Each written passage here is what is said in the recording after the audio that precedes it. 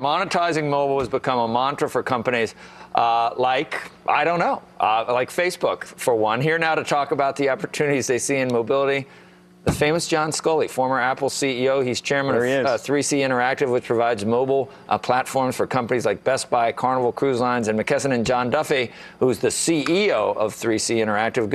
Good morning to you both. And we're here to talk about 3C. First thing I talked to you about was how used to come on Squawk Box, and we talked about Spectrum information. I don't know whether you remember that after you had left Apple. And I remember what Spectrum was trying to do. It was incredible technology where you could do something wireless. You could send something, and then you could print it out, something that you sent off of a handheld device. And I was thinking, we do all that stuff now like it's nothing. And it all happened, but were you early? We were really early, probably 20 years early.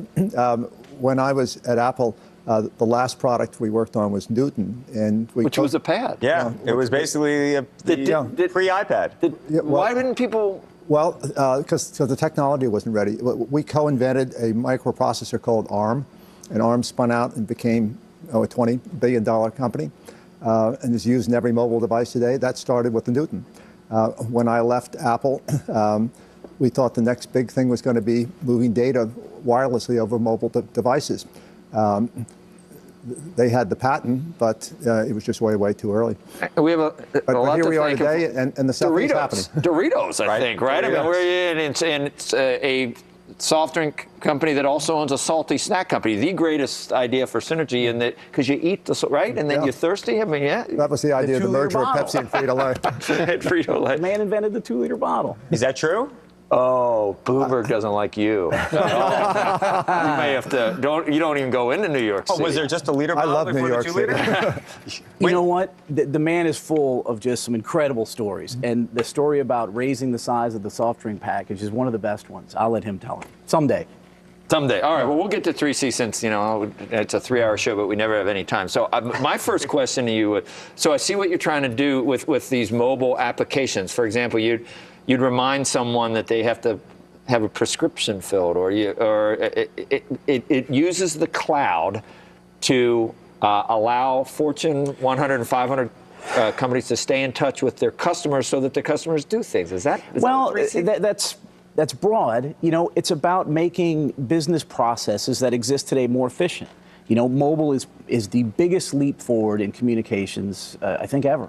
Telegraph, telephone, internet, mobile. There's more of the devices. They're very personal. They do more things. We're about building a cloud platform that takes that power and helps make our customers more successful. So give us an example of how one of these things works. So we role-played this a little bit last night, and we talked about TracFone, one of our best customers that sells prepaid phones. They have millions of customers. Our platform connects to TracFone system, connects to the carriers, and helps them activate customers, manage them, bill those clients, and retain them. Today, we process about 1 billion transactions a month for our clients, and at this point have touched more than 100 million unique Americans. So look, what do you do with McKesson, for example?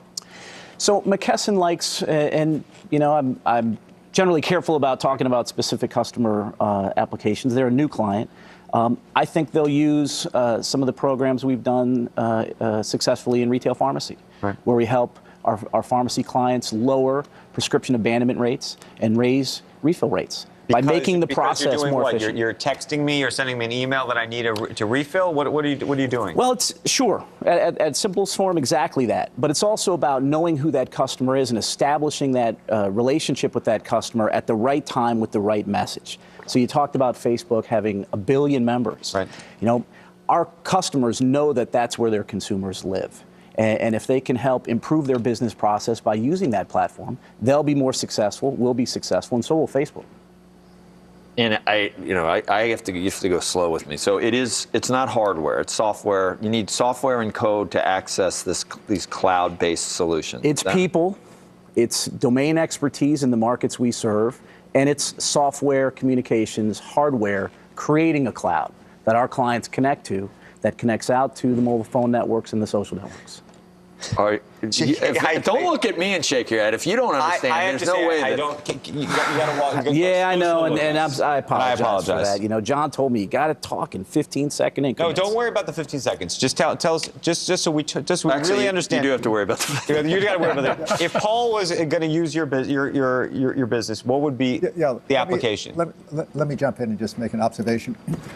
We're all familiar with the web. Right.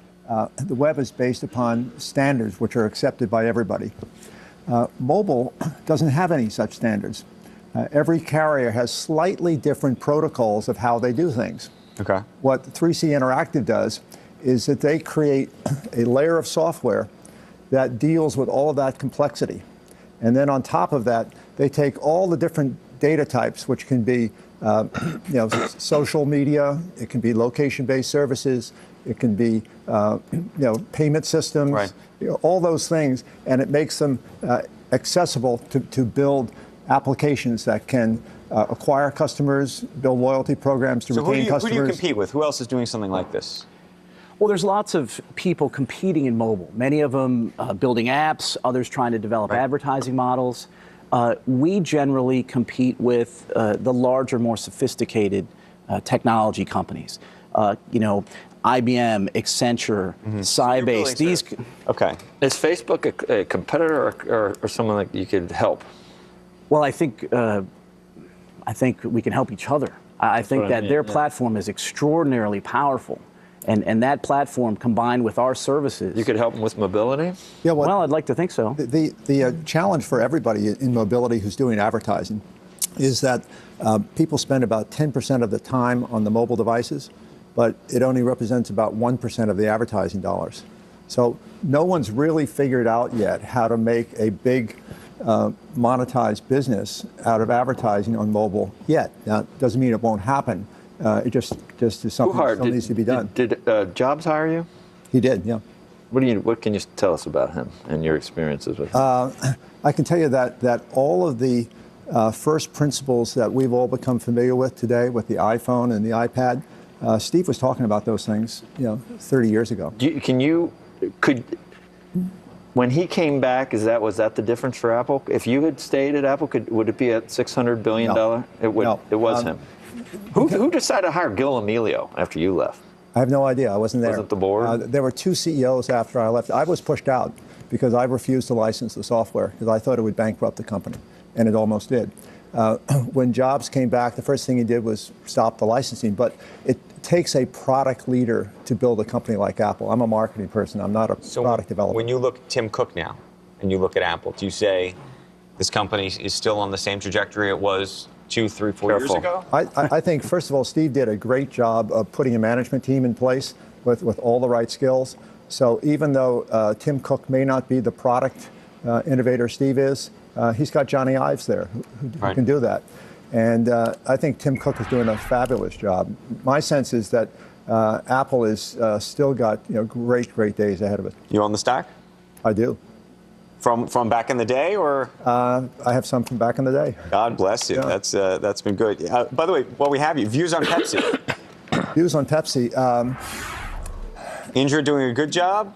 Bad job? Would you split up the company? There's a lot of people talking about a lot of things around Pepsi these days.